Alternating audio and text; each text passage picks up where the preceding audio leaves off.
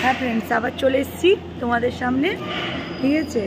আর এইবার তো তোমাদের যে বলছিলাম আমি যে ভোগের কাউন্টার মানে ভোগের হলের ভেতর যাব, সেটা আমি তোমাদেরকে দেখাবো, নিশ্চয়ই দেখাবো। দেখো এটা কত বড় হল, এই দেখো সবাই লাইন দিয়ে বসেছে, অনেকগুলো চেয়ার আর অনেকগুলো টেবিল লাগানো, যাদের হাঁটুতে ব্যথা তারাও বসে খেতে কোনো অসুবিধা হবে না। আর এখনও ভোগের মানে এখনও প্রসাদ আমরা পাইনি, দেওয়া স্টার্ট হয়নি।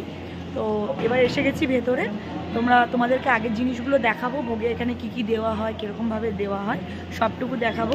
আর দেখালাম আমার লাড্ডু গোপালকে, এই যে বসে আছে, উনিও এখানে ভোগ গ্রহণ করবে ঠিক আছে, আগে সঙ্গে থাকো, আরও আগে আপডেট দেবো।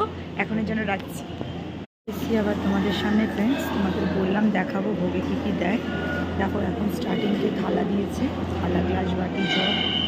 আর এইটা হচ্ছে আদ্যাপীঠের মেন মায়ের প্রসাদ, সেটা হচ্ছে ইয়েলো ফ্রাইড রাইস, যেটাকে বলে ইয়েলো মিষ্টি, মানে পোলাও যেটাকে বলে, মিষ্টি পোলাও, ঠিক আছে।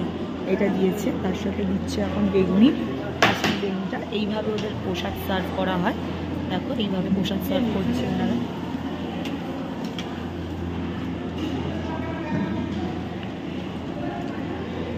হালকা হালকা বাস, হালকা বাস।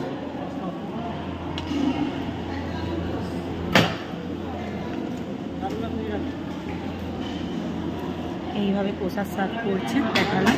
তারপরে সবাই ভোগ অন্নগ্রহণ করছে, এদিকে আমার হাজব্যান্ড আসছে, এই খাচ্ছে, ঠিক আছে। খুব মজাতে রয়েছে আজকে।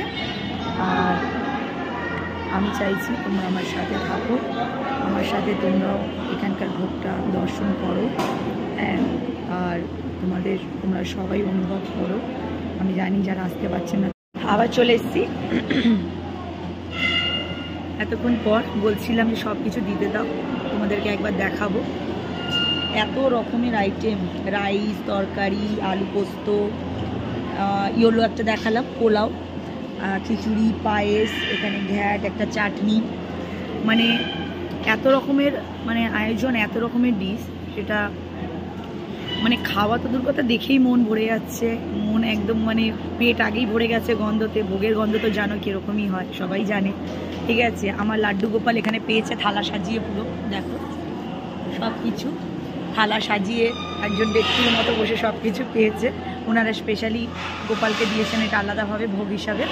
তা আমি নিশ্চয়ই সবাইকে বলবো, আমার খুব ভালো লাগে যখনই আমার কোনো রকমের দুঃখ কষ্ট হয় বা কিছু মন খারাপ হয়, আমি চেষ্টা করি মন্দিরে গিয়ে পুজো পাঠ দিয়ে ওখানে একটু সময় কাটাবার। আজকে হাজব্যান্ডের ছুটি ছিল, বাবার এরকম 1 মাস কন্টিনিউ দেখার পর মন একদম ভালো ছিল না। এখানে এসেছি, মায়ের প্রসাদ নিয়েছি, মাকে পুজো দিয়েছি,